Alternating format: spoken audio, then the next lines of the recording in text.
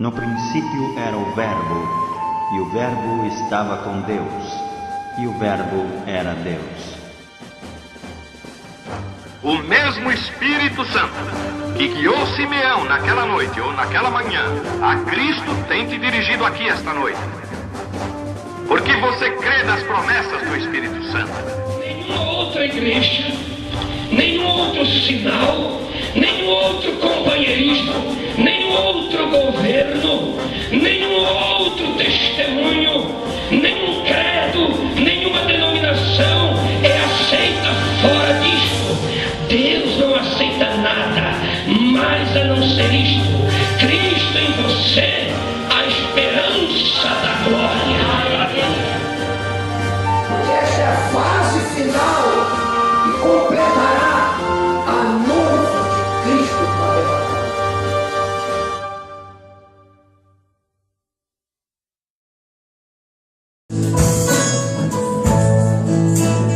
Cura a sua cabeça. Vamos ter um momento de oração. Amado Pai Celestial, precioso nome de Jesus Cristo, estamos mais uma vez reunidos, Senhor, para te adorar, para glorificar o teu santo nome.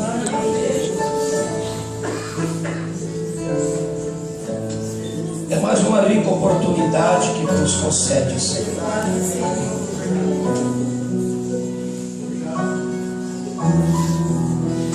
Muitos não cruzaram a semana, Pai. Porém, tu tem nos poupado. Tem nos dado oportunidade após oportunidade. Privilégios após privilégios. E muitas vezes desperdiçamos, Deus. Tempo após tempo. Ocasiões após ocasiões. Tens usado todos os meios, Senhor. Todas as formas para atrair o homem a Ti.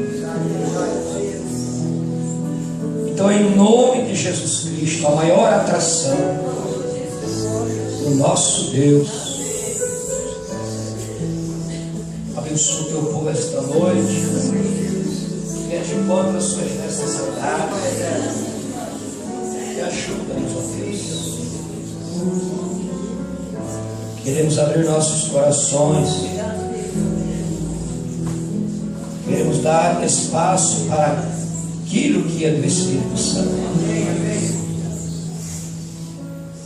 E que teu nome seja glorificado. Abençoa todos rica e gloriosamente. No santo nome de Jesus te pedimos. Amém. Então, sem mais delongas, né? Vamos ler Gênesis capítulo 15.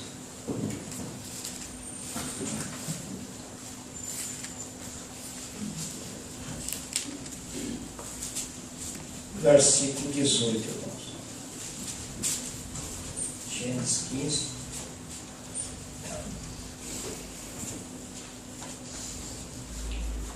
Gênesis é antes do Apocalipse, né?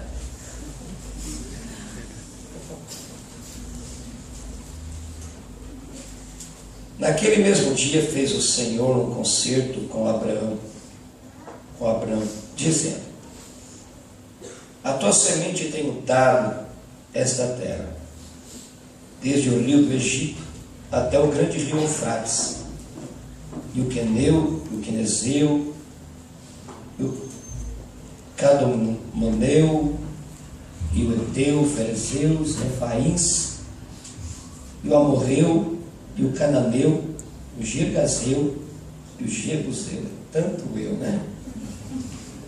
Então nós vamos lá também para 1 Coríntios, capítulo 3, versículo 21.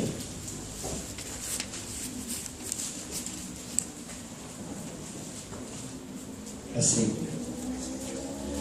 1 Coríntios 3, do 21.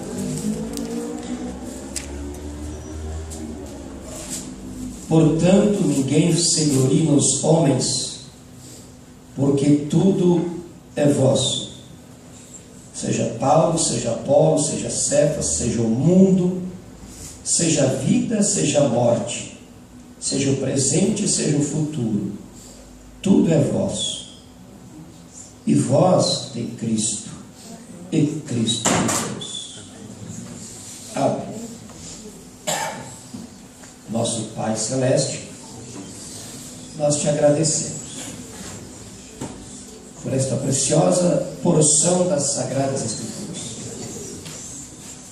Vivifica ela em nossos corações. Amplia a nossa fé. E que para tomarmos posse daquilo que tu tens nos dado em Cristo Jesus, nosso Senhor. Para a tua glória oramos, Pai. Amém. Assentado.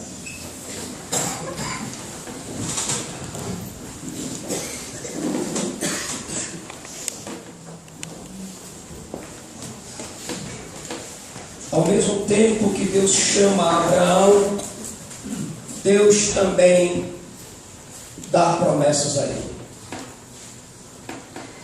O que Abraão fez, ou a semente de Abraão fez, para ser alvo da graça e do chamado de Deus. Nós sabemos que tudo vem de Deus, procede de Deus e volta para Deus. Por isso que ninguém pode se gloriar em si mesmo, ou nos homens, ou em qualquer obra que ele faça, por mais maravilhosa que seja esta obra. Deus é que faz o chamado. Deus é que estabelece o tempo. Deus é que dá determinadas qualidades de promessas para aquele tempo específico, para aquela geração específica, para que o povo, ou aquele patriarca, ou aquele profeta, ficasse firme, atento ao que Deus queria realizar. Deus faz promessas com propósitos, e tudo que ele falou se cumpre perfeitamente. Deus não falha em nada. Se ele fez sua promessa, ele vai cumprir essa promessa. Ele chamou Abraão no meio de uma terra corrompida, uma geração idólatra. Não era merecedor, como nenhum de nós somos. Porém, o propósito eletivo de Deus vai adiante. E se fôssemos ler 1 Coríntios, nós vamos encontrar a qualidade, o tipo de pessoas que ele escolhe: fracos, loucos, vis, desprezíveis e os que não são. É um verdadeiro paradoxo a forma como Deus escolhe e como ele pode extrair desses e destas propósitos tão tremendos, tão nobres e gloriosos, que a mente humana nunca teria capacidade nem de arranhar a superfície.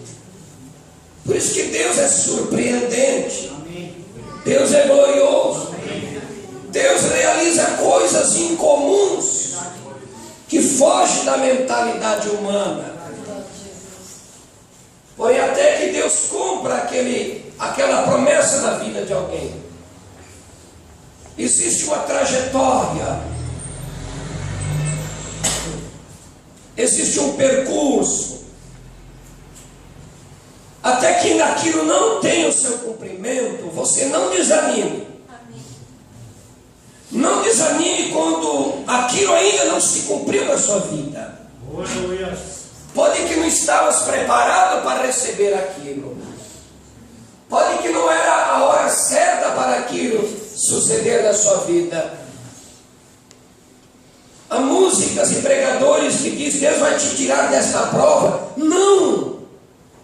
Não deixa tirar a prova. Me livra dessa prova, Senhor. Deus não vai cumprir. Tu não vai aprender. Não teve propósito de nada. Então Deus tirou. Daí, o que resultou? Meninice, bebê, não amadureceu, não cresceu, não floresceu, não frutificou. Me tira desta prova, Senhor. Não, cumpra esta prova, Senhor. Tu tem um propósito desta prova. O Deus da prova, mas da promessa junto. Aí tu pede para tirar a prova, Deus tira a promessa também. Uma não é sem a outra. Ah, Senhor, acaba, dá o fim dessa prova. Para de orar, Senhor. Por isso está piorando cada vez mais. Em todo há um propósito, meus irmãos. Não só passar, saber passar a prova. Saber é aprender aquilo que tu está passando, tendo como finalidade Deus ser glorificado. Amém. Amém, amém. E tu crescendo, amadurecendo, se aperfeiçoando nos caminhos do Senhor, viu? Isso nos ajuda a prosseguir com mais força nos caminhos do Senhor. Amém, Jesus. É impossível não haver conflitos e nem adversidades no meio do povo de Deus. Não é algo estranho. Pedro diz: não estranheis a ardente prova que vem sobre vós, porque depois de provada no fogo, provada, digo, o ouro é mais preciosa que o ouro, provado pelo fogo. A prova vem para tornar tua fé mais preciosa. Te equipa, te dá mais força e capacidade. Felizmente não estamos preparados para isso. As adversidades e provas não quer dizer que algo está errado. O maligno vem sim nessas horas, quando sucede adversidade e confusão mental. Claro que tem coisa que é diabólica e que precisa discernir. Mas tu tem que detectar quando o inimigo vem, quando o adversário vem, te colocando na parede e dizendo que o que passa é Deus que é o culpado. Aí tu tem que ter o discernimento espiritual. Adversidade quer dizer apertos. Todos passam apertos, conflitos, interno, externo, mais interno. Tá? Todos, mental ou espiritual. Tá? E muitas vezes tais adversidades e conflitos no meio do povo de Israel, eles tinham a tendência de falar contra Deus e contra Moisés. O que sucedia no deserto, o inimigo levava o povo, é Deus, é Moisés. Viu? Eles não discerniam. Então, numa jornada de fé, vai haver esse tipo de conflitos, que o diabo vai tentar fazer com que você pense que Deus está contra você. E a Bíblia diz: se Deus é por nós,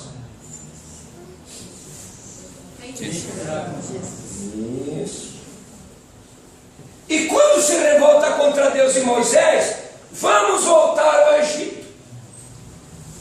Lá se lembraram dos melões, dos pepinos, dos alhos.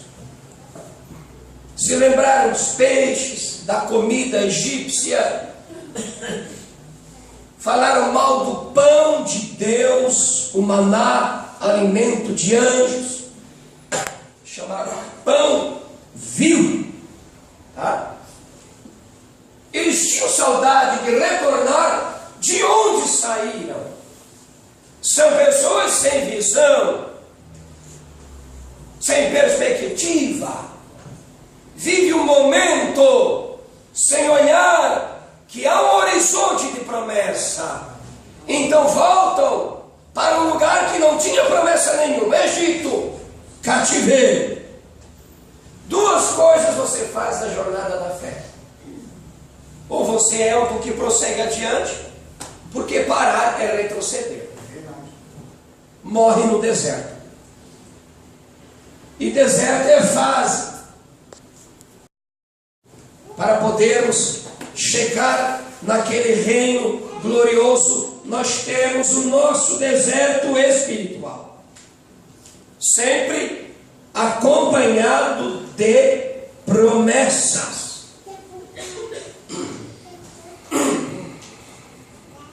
Quanto tempo dura a permanência no deserto? É o tempo da tua murmuração. Quanto mais murmuração, mais tempo ficava. Não aprendeu ainda. A velha geração não aprendeu. Vai rodear deserto ainda. Pode amassar o caminho aí. Pode caminhar nas areias quentes. Eles não entendiam que Deus permitia adversidades para fazer soldados, guerreiros, maduros, homens e mulheres de visão. A permanência daquela fase vai de acordo com como tu vê e o que tu fala. Pode que desagradou o Senhor. E o quadro não mudou. Como Israel é um tipo, é noite de ensinamento. Eu não estou pregando, tá, irmãos? Não é pregação. Como Israel, nós aqui somos comparados à caminhada de Israel no deserto deslumbrando. Tá? Muitas vezes nos deparamos que nem tudo estará, o vento, soprando ao nosso favor.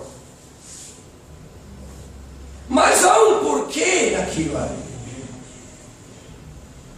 Na escola divina nós temos que aprender esses pequenos pontos, vírgulas, reticências, interrogações, exclamações espirituais. Senão tu vai entender a frase errada. Tu pode colocar uma interrogação onde Deus colocou um ponto final. Tu pode encerrar um assunto quando Deus colocou reticências. Calma aí, eu não terminei ainda. Nós temos que aprender a linguagem do Espírito Santo. Eu estou meio olhando da garganta, viu, irmão Gaspar? Estava muito preocupado com a minha garganta, irmão Gaspar, né? Mas estou como que 100%, tá vendo? Conflitos vêm para virarmos contra nós mesmos. Tá? Porque ele usará um argumento contra nós. E também dizendo que Deus, como eu falei no começo, está contra você. Que Deus não interessa-se com você. Deus não se importa com você. O inimigo vai dizer, veja quanto tempo estás nessa condição. tua situação é para te revoltar contra Deus. Ou seja, eu oro e Deus não me responde. Vem para colocar uma interrogação na tua mente. A primeira interrogação foi a serpente que fez para Eva no jardim do Éden, viu? Satanás, não esqueça disso, quer fazer com que nós vejamos a Deus como nosso inimigo. Mas você não creia nisto. Amém? Amém. Eu peço a vossa atenção, redobre a vossa atenção para o nosso assunto nesta noite, nessa pequena introdutória.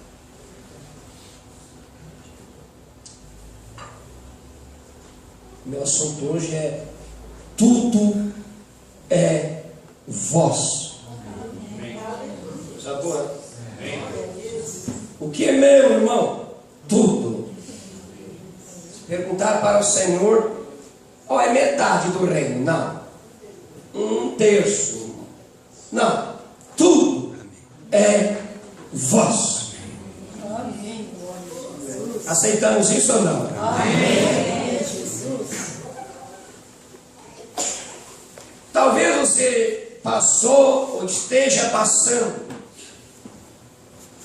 por situações ou por ocasiões com dificuldade de prosseguir, e você diz: é o Senhor. Você tem orado e a resposta não veio. É Deus que não quer dar a resposta para mim. Orou e não veio o resultado. Alguma coisa está fora. Discirna. Na maioria das vezes é o teu inimigo, o teu adversário. Se Deus é por nós, se tudo é vosso, vamos analisar. Nós temos que olhar isso aí.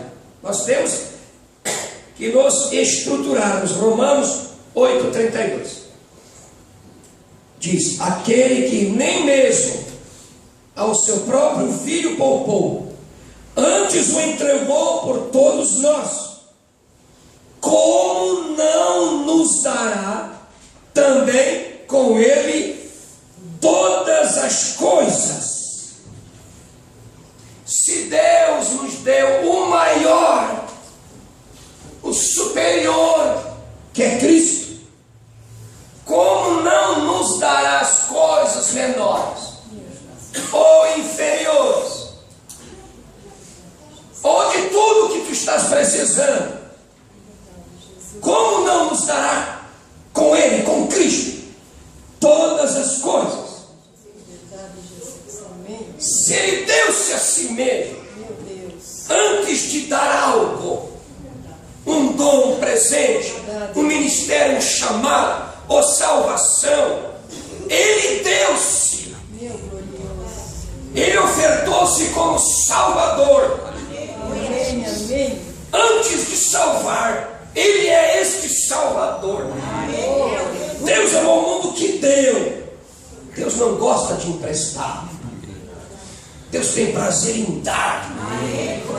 Por quê? Porque Deus quer ver a tua satisfação de receber. Eu gostei do que tu me deu, meu irmão. Pai, eu me agradei muito do que tu me deu. Deus tem prazer de dar, para ver a tua alegria de receber. E às vezes não nos alegramos com o que Deus nos dá. Não estamos satisfeitos. Viu? A maneira de vencer a insatisfação é agradecer. Agradeça, irmão. Ele nos deu todas as coisas em Cristo Jesus. E tudo que Ele nos dá é sem dinheiro e sem preço. É gratuito. Deus não retém bênção alguma. E muitas vezes você tem que pensar, é Deus que não quer me dar, é o diabo. Que Deus não quer te dar? Talvez dê condições para Deus te dar. Tenha a satisfação de receber o que Deus quer te dar. Agradeça por aquilo, comece a agradecer. Eu não recebi, Senhor, mas estou a caminho de receber. Vai, irmão. Não estacione, não fique parado. Deus quer te dar. Viu a linguagem de Paulo? Aquele que nem mesmo ao seu próprio filho poupou, diz que também nos dará com ele todas as coisas. Mas nessa questão do mal vai mudar, porque melhora, né?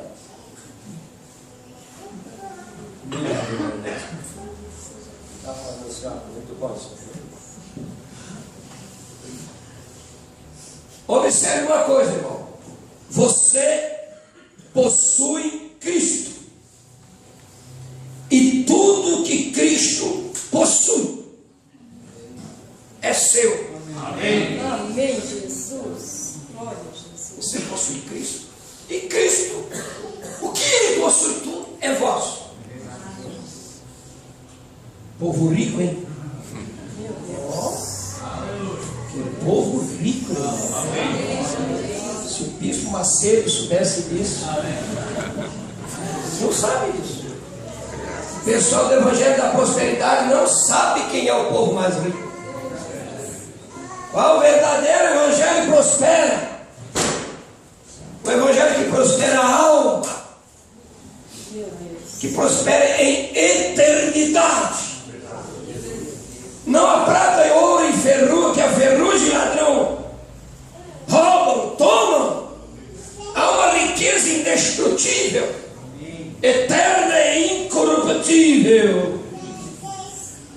Jesus é o dom inefável, segundo Coríntios 9,15. Mas graças a Deus, até isso Paulo agradecia, pelo seu dom inefável. Cristo é o dom inefável. E é nele que nós temos que ser encontrados, porque nos fez agradáveis a si mesmo no amado. Amém. Mesmo você ganhando um novo céu e a nova terra, mesmo ganhando um corpo glorificado, olha, irmão, todas as coisas deste universo criado, todas as bênçãos presentes e futuras que Deus pode nos dar, tem uma coisa: nada é comparado a Jesus Cristo. É verdade, Senhor. Não tem cidade de ouro, não tem nada, Rio da Vida, nada que compare a pessoa de Jesus Cristo. Então nosso texto diz, portanto, ninguém se glorie nos homens, porque havia espírito partidarista, sectarista, divisionista na igreja de Corinto. E Paulo, você não pode se gloriar nesses homens. Nem Apolo, nem Paulo, nem Cefas. Primeiro ele pega os ministros, a primeira categoria. Seja Paulo, seja Apolo, seja Cefas. A segunda categoria, seja o número. Terceira categoria, seja a vida, seja a morte, seja o presente, seja o futuro. Tudo é vosso e vós de Cristo. E Cristo de Deus. Você observa, eu peço que você olhe, que Deus, esta promessa, te deu, para que você veja a grandeza da riqueza que possuímos em Cristo. Para de te comportar como um mendigo aí, tá? Tudo que você possui em Cristo. Paulo apresenta então os pregadores, os mensageiros. Parafraseando, nós poderíamos dizer: Paulo, Irineu, Martim, Columba, Lutero, Wesley, Lambrana, tudo é vosso. diz, seja Paulo, seja Apolo, seja Cefas, que é o apóstolo Pedro, né? Isso é vosso. Então, cada mensageiro, cada pregador da verdade é nosso. Eles foram dados para a igreja. Apóstolos, profetas, evangelistas, pastores, mestres, tudo é vosso. A igreja é que se beneficia. A igreja é edificada. Ela é aperfeiçoada através desses instrumentos. Então, para que ter partidarismo se tudo é vosso? Por que ficar dizendo um é de Paulo, outro grupo é de Pedro, outro grupo é de Apolo? Paulo junta tudo, ó, tudo é de vocês. Para acabar com a dissensão na igreja de Corinto, ele age desta maneira.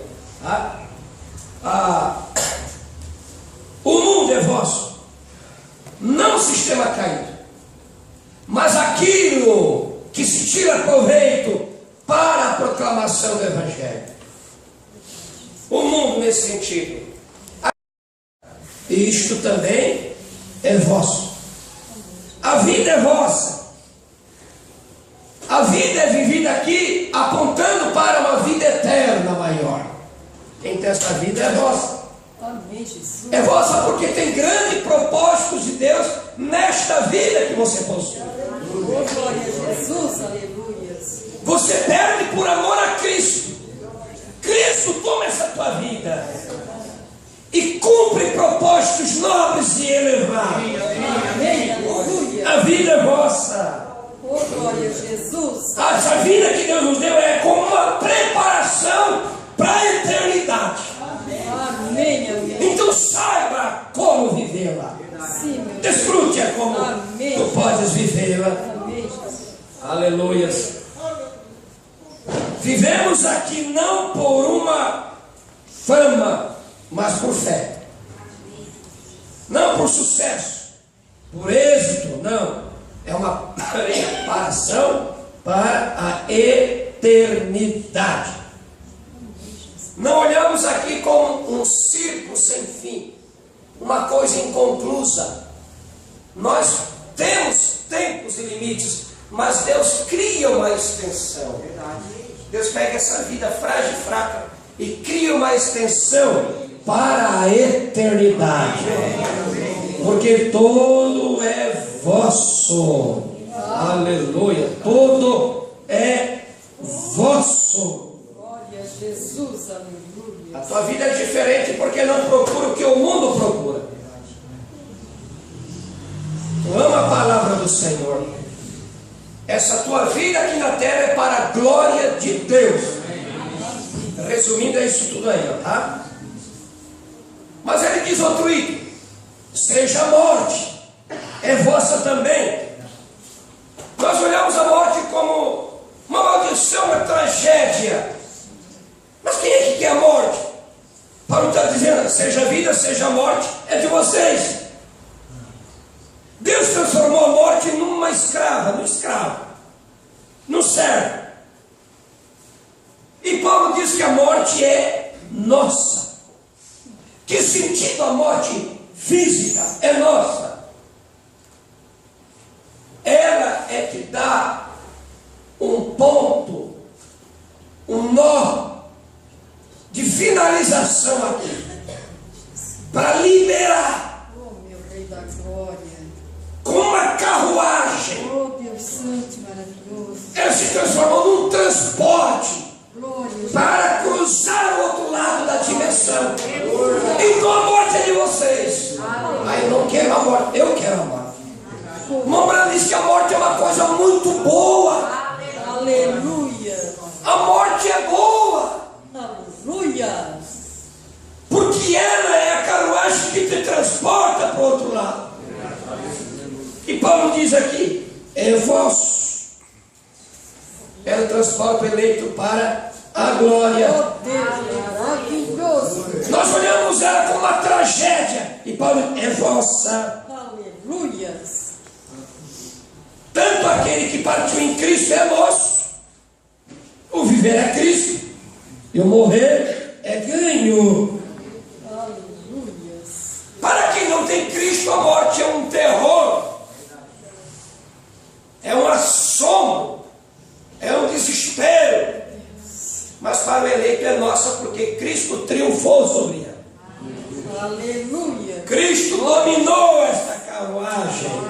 Oh, glória a Deus. E é usada para buscar os eleitos. Os ímpios sentem pavor. Outra coisa, porque a morte é nossa. Porque onde está a morte? A tua vitória. Teremos o triunfo sobre a morte também. Somos então co-herdeiros com Cristo. Co-herdeiros são herdeiros da mesma herança, da mesma quantidade e na mesma qualidade. Co-herdeiros com Cristo não quer dizer que metade do reino é de Cristo e metade do outro reino é da noiva. Não! Tudo é vosso. Oh, glória a Deus. Co-herdeiros com Cristo. Ele pagou esse preço do resgate, o preço da nossa herança. Por quê? A morte foi vencida. E é um dos teus despojos. Vem cá.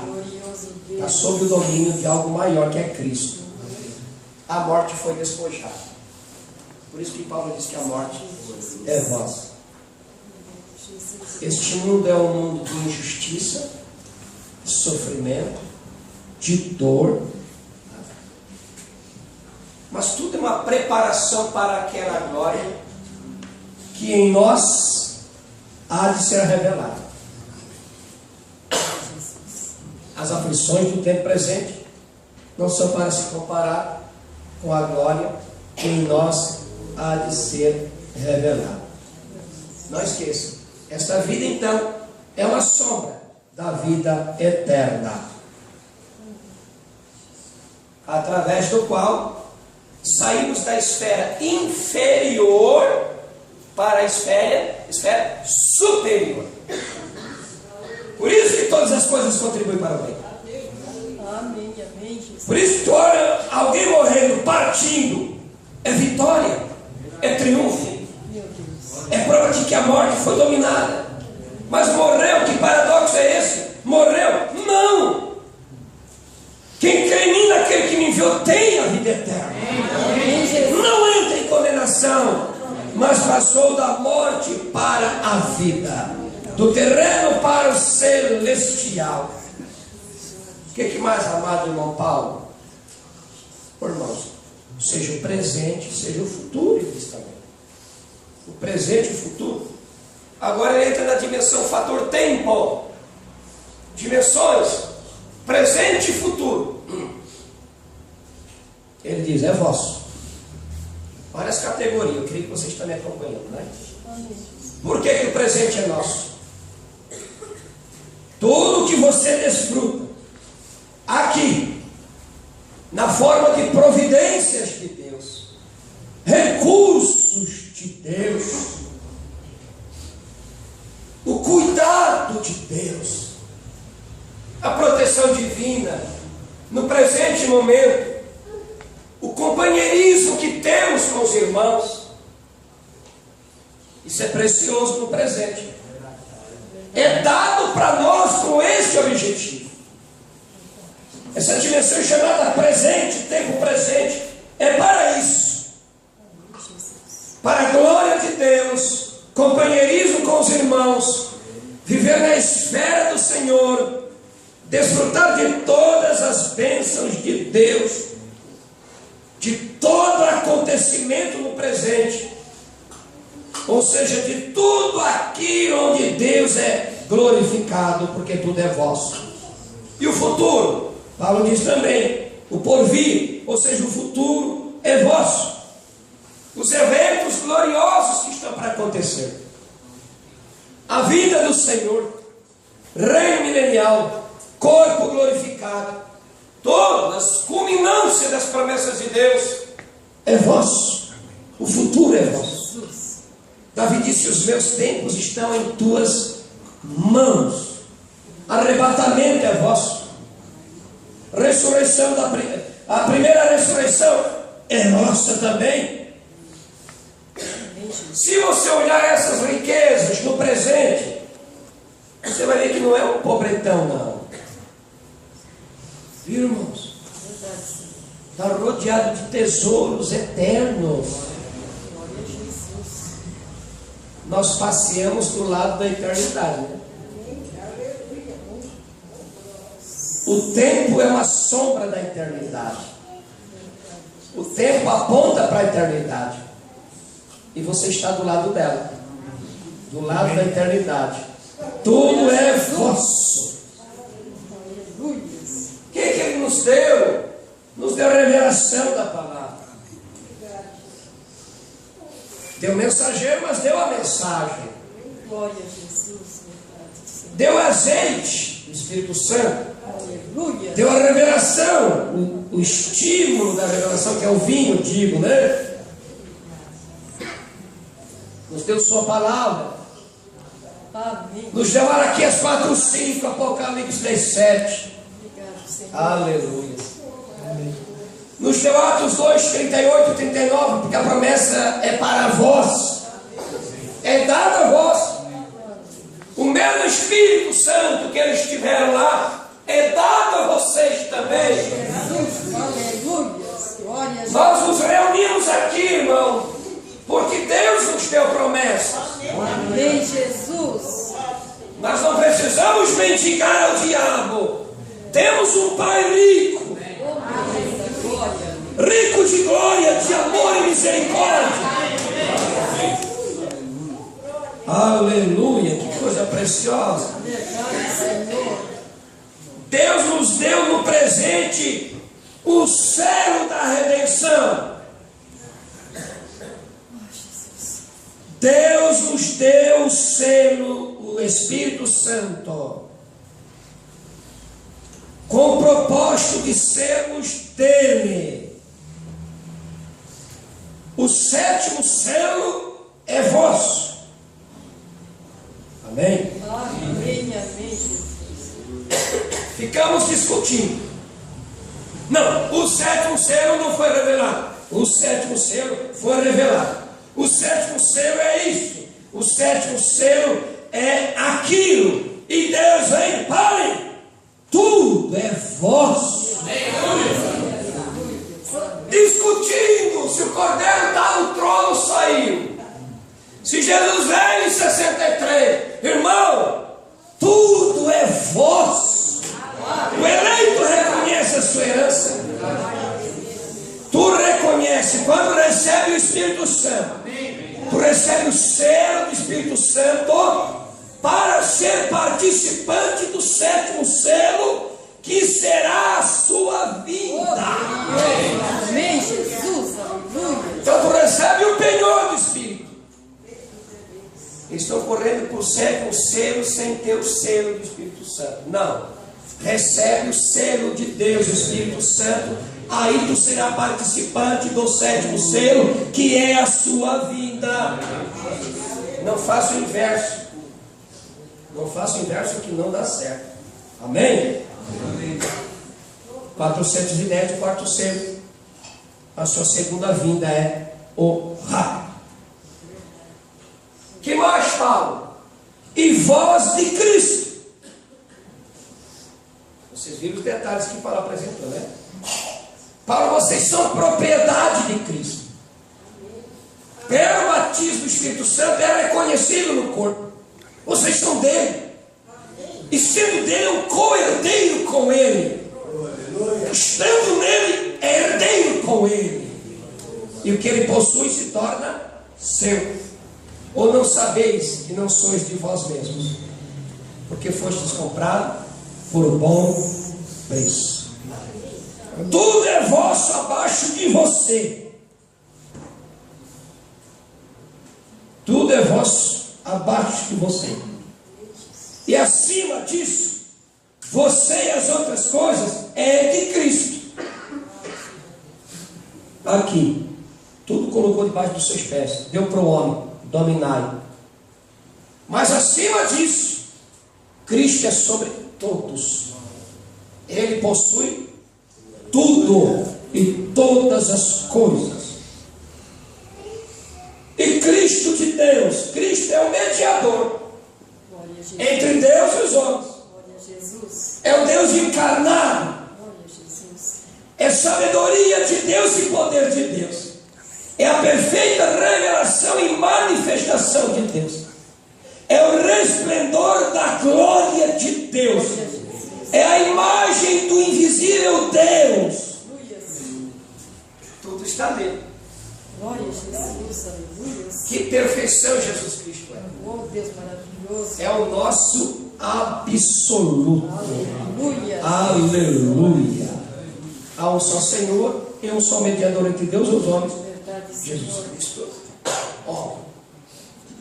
Então nos deparamos com a igreja de Corinto naquele dia, cheia de partidarismo. Um puxava para cá, para lá. Estavam se tornando sectaristas, ou seja, exclusivistas. Nós, é só o grupo de Apolo que é o certo, só o grupo de Paulo, só o grupo de Cefas. E Paulo acaba dizendo assim: parem com isso, vocês têm mais que isso. O Paulo, o Apolo e o Cefas é de vocês, tudo é vosso, o evangelho é de vocês. Era para acabar com discussões, com ninharias, com doutrininha. Um puxava uma doutrininha para lá, outra doutrininha para cá, ficava ciscando para lá e para cá. Tudo é de vocês, parem com isso. Está que nem o filho mais velho do irmão, do moço pródigo, né?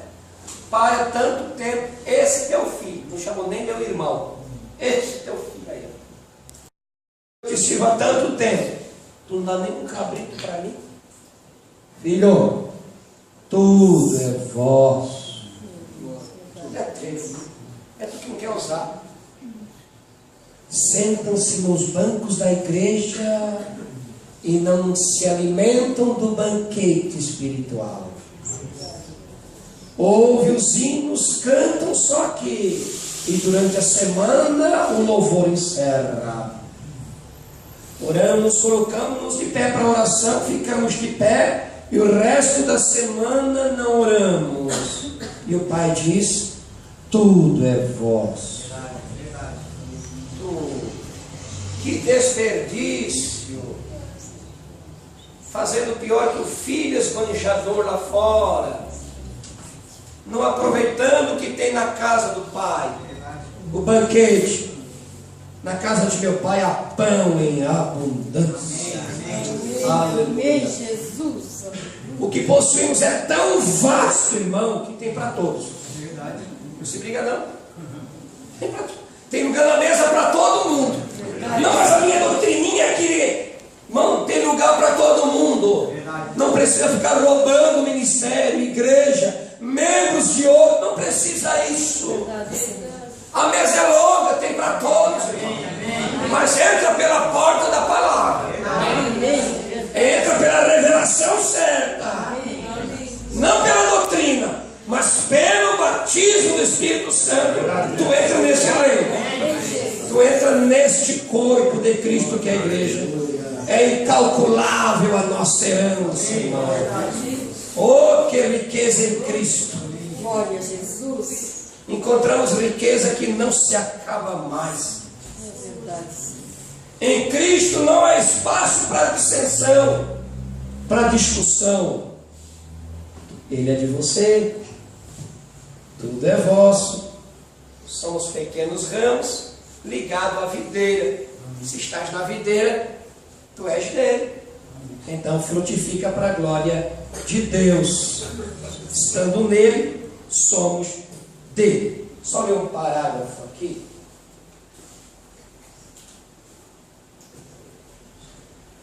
Confronto de Efésios com Josué. Olha só o que o profeta diz assim, ó. Agora, 66, agora, ele está falando aos cananitas espirituais. Ou seja, a carta aos Efésios também foi escrita a um povo que já estava espiritualmente dentro de Canaã.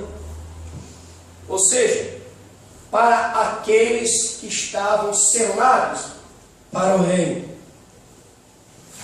aperfeiçoados em Cristo, que tinham maturidade espiritual, que podiam se alimentar agora de um alimento mais sólido. Era isso que a terra de Canaã representava, que para nós representa o batismo do Espírito Santo. Olha bem, o Israel espiritual, os quais têm possessão da terra, não está você feliz por você ter saído do alho do Egito?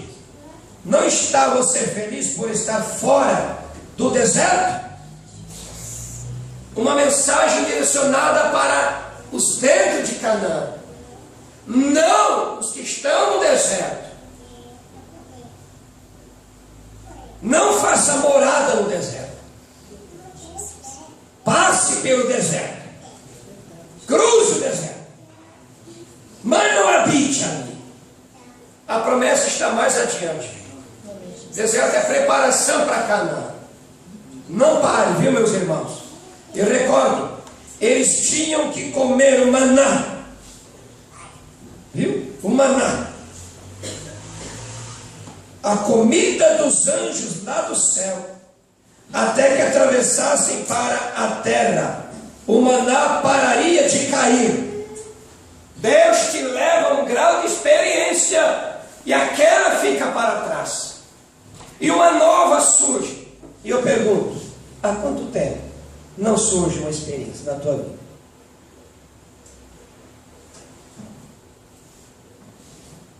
Há quanto tempo, verdadeiramente,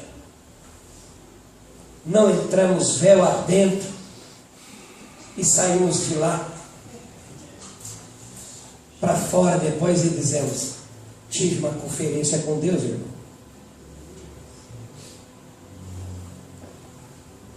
É os que estão em Canaã. Os que estão no deserto ainda estão rodeados de murmuração. Os que estão no deserto ainda não gostam de mim. Eu não dou muito bem com ele ainda. Está nas areias quentes do deserto ainda. Os que entram em Canaã, irmão, tem o amor divino. Na igreja tem aqueles que estão no deserto e os que estão em Canaã. É um choque. Meu Deus, não enxerga, não vê, nunca vai dar certo, irmão. Haverá conflitos constantes, porque uma é a dimensão do deserto e outra é a dimensão de Canaã. Isso você vê entre os casais, entre pais e filhos, entre irmãos com irmãos. Não espere um do deserto te entender, irmão, que tem espírito. Não vou entender, não. É dimensão diferente, é aspiração diferente. Lá no deserto ainda está caminhando, murmurando, reclamando. O outro em Canaã está glorificando, está cantando, está exaltando. Tem uma visão da graça e misericórdia de Deus, é longano, perdoador, está ali presente. E aquele no deserto está todo apavorado, não sabe o que faz. Então vamos lá, deixa eu concluir aqui. Então maná pararia de cair, uma nova experiência surgiria a partir daí. Então entrei em Canaã. Eles estariam completamente maduros então. O deserto era para mantê-los maduros, para possuir a terra, enfrentar os gigantes e derrubá-los. Eles estariam completamente maduros então, e eles comeram o velho milho da terra. Agora que vocês não são mais bebês, agora que vocês não estão mais desejando leite, o leite puro do Evangelho, que você não precisa ser mimado, cuidado e persuadido para vir à igreja. Tem até isso. Irmão, tem culto hoje, irmão? Hoje eu não vou, irmão. Quem sabe uma horinha eu vou, eu tenho Eu tenho aniversário para ir, eu tenho casamento para ir, eu tenho isso e aquilo para fazer. Irmão, vida de deserto nesse sentido é complicado. Tu não influencia, tu é influenciado. Coisa mais boa quando chega a visita na tua casa na hora do culto. É a coisa mais maravilhosa que existe. É uma oportunidade para convidá-lo. Vamos ao culto hoje. Mas são pouquíssimos os que fazem isso. Tu está dando uma rica oportunidade para o teu visitante, teu parente, teu amigo. Rica oportunidade. Viu? Agora que vocês são completos cristãos maduros, está pronto para entrar em algo. Ele diz que você está pronto para entender algo que é rico e profundo. Nós entramos nisto diretamente. E isso foi escondido desde a fundação do mundo. Ele disse: agora que vocês chegaram a isso, estou endereçando isto a vocês, não para aqueles que acabaram de sair do Egito, não, mas para aqueles que continuam de viagem, não também, mas para aqueles que estão na terra prometida, que têm recebido a promessa.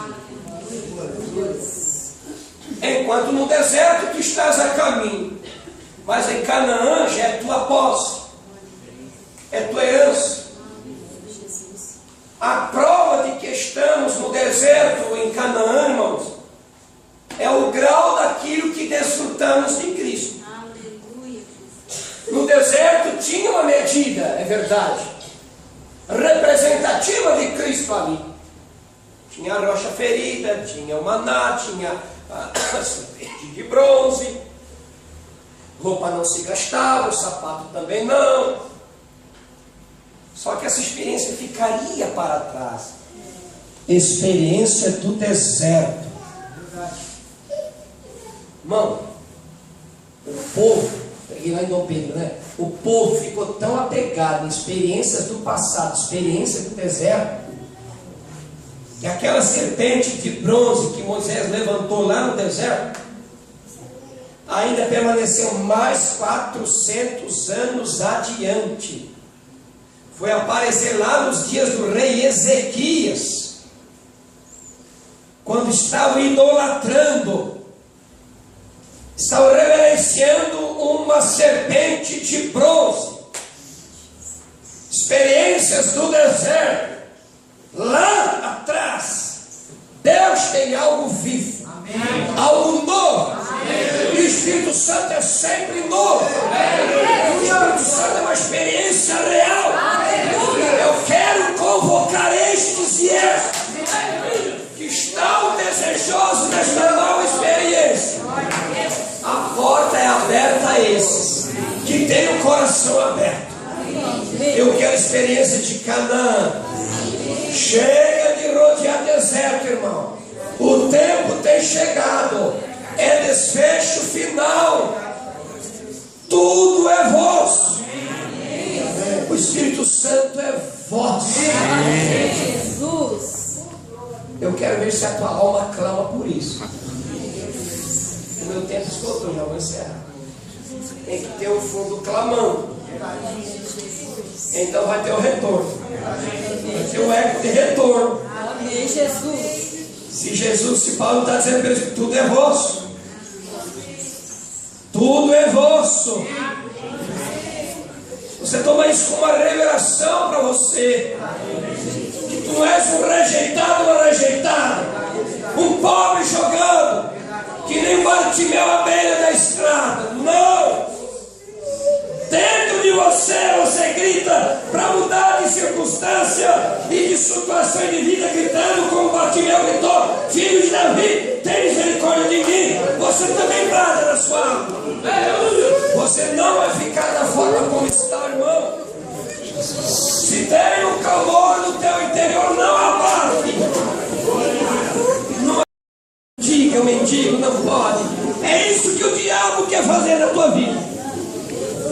Deus não tem mais nada contigo. O diabo diz que você cruzou a linha da misericórdia. Já cometeu tanto pecado que não tem mais chance. Ele é um mentiroso. Tudo é vosso. A misericórdia é para você. O perdão é para você. Uma vida nova é para você.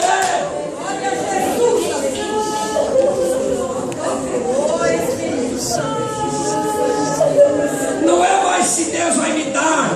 Deus está dizendo é teu. É vosso, igreja.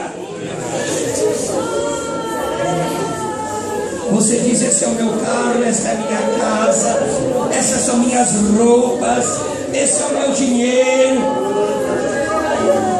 Em comparação a riquezas eternas, não é nada, irmão. Você é pegado tão ao teu trabalho, tão ao teu dinheiro, tanto esta vida natural. Os dias vindouros, o futuro é teu, irmãzinha. O diabo está martelando a tua mente, né? Dizendo que você, irmão e irmã, não tem mais chance alguma. Que não adianta tentar mais. És como um trago jogado no lixo. Eu quero te dizer que a graça te faz um troféu. A graça te coloca característica. A graça, ela dá formosura. A graça, ela molda. A graça te faz assentar entre príncipes. A graça revela e diz: é vós. O que tu imagina no céu é teu. Toda a palavra bíblica, tudo que você leu na Bíblia é teu.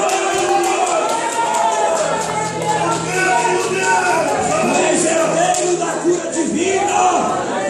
Tu és herdeiro do milagre. Tu és herdeiro do batismo do Espírito Santo. Tudo é nosso. Tudo é nosso. Não abra mão daquilo que é teu, minha irmã. Não venda a tua vinha. Não venda a tua primogenitura. Não te assemelhes ao mundo. Tudo é vosso.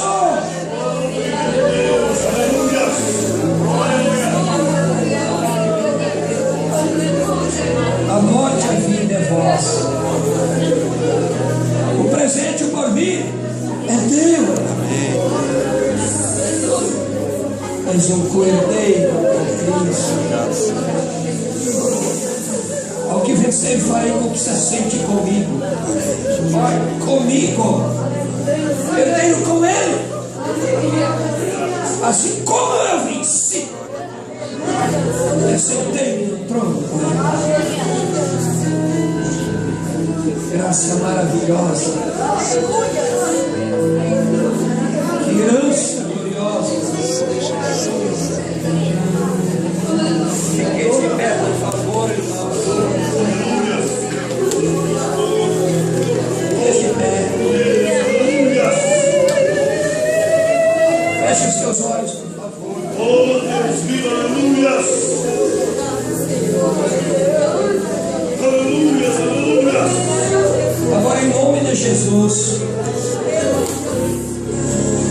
você está com os pés em Canaã. Feche os olhos. Você estiver em Canaã agora. Na tua Canaã espiritual. Com os pés calçados. A preparação do Evangelho. A terra é tua. A herança dos santos. E da família de Deus. Sim. O batismo do Espírito Santo é vosso.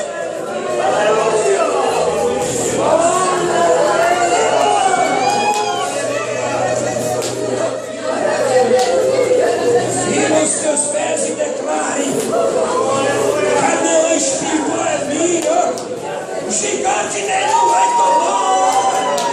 A terra é minha. O Espírito Santo é meu. E eu sou dele. Eu sou do meu amado.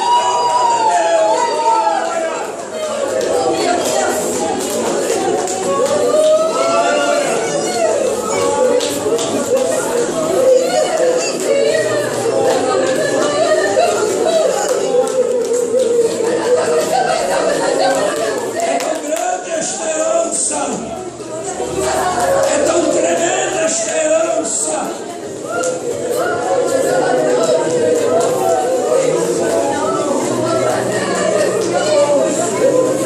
Que sejas meu universo, Senhor. Aleluia. É tão grande esta herança.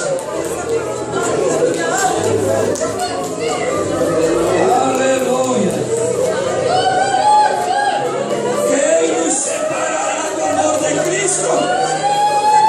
A tribulação, a angústia, perseguição, fome, ou nudez ou perigo, espada, como está escrito: por amor de ti somos entregues à morte todo dia, fomos reputados como ovelhas para o matador, mas em todas estas coisas somos mais do que vencedores por aquele que nos amou.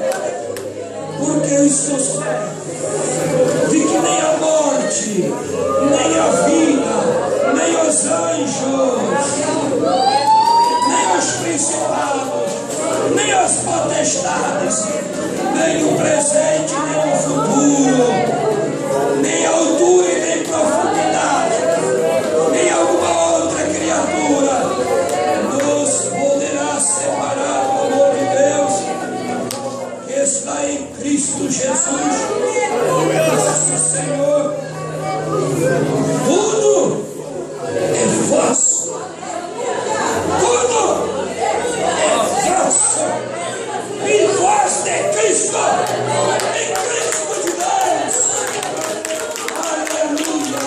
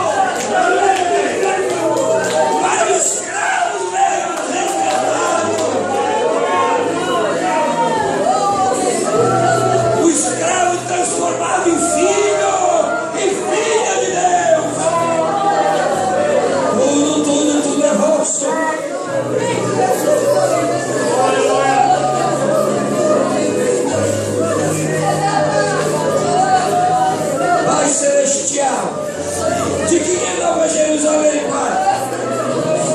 É vosso. E a nova terra é vosso. O rio da água da vida é vosso.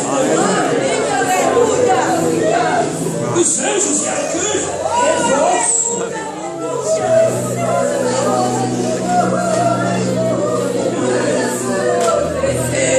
Ficar discutindo doutrininha por aí.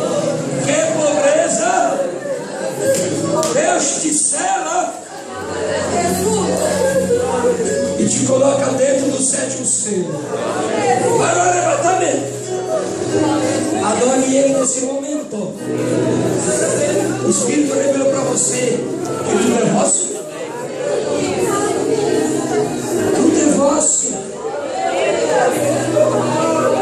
A morte é vossa, a vida é vossa. O presente é vosso.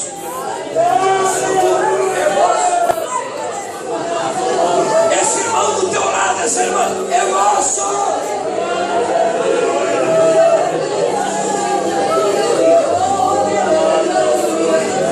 Você possui tanta coisa.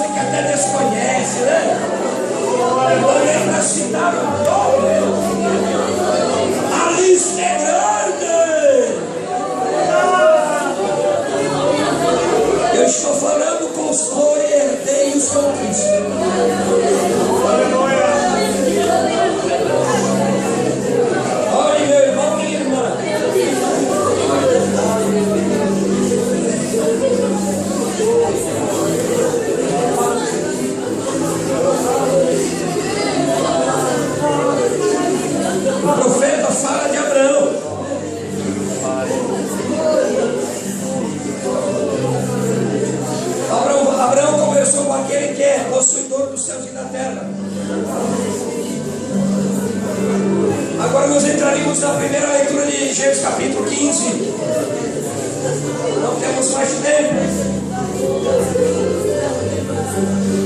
Os limites da terra que Deus prometeu a Abraão, a sua semente. O comprimento e a largura. O comprimento, irmãos, é adiante, para frente. A largura. Meu irmão, tu consegue andar de lado? Consegue andar de lado? Irmãos e irmãs, essa terra é tua. Para trás não. É comprimento e largura. Aleluia. Olha que Deus prometeu a Abraão. O eleito é os que andam para o lado. Por que para o lado? Até para os lados, à esquerda, à direita tem herança. Se ele for para a esquerda ou direita, tem herança. Ele vai para frente, tem herança. Mas para trás ele não volta. A herança é adiante. E por que você está indo para trás, hein? Quer voltar para o deserto, para o Egito? Vai perder com a festa dos vencedores. Fica o irmão que canta. Irmãos, canta assim, por favor. Vem o irmão aqui que canta assim. Fica aqui à frente de vocês. Deus tem coisa gloriosa para vocês.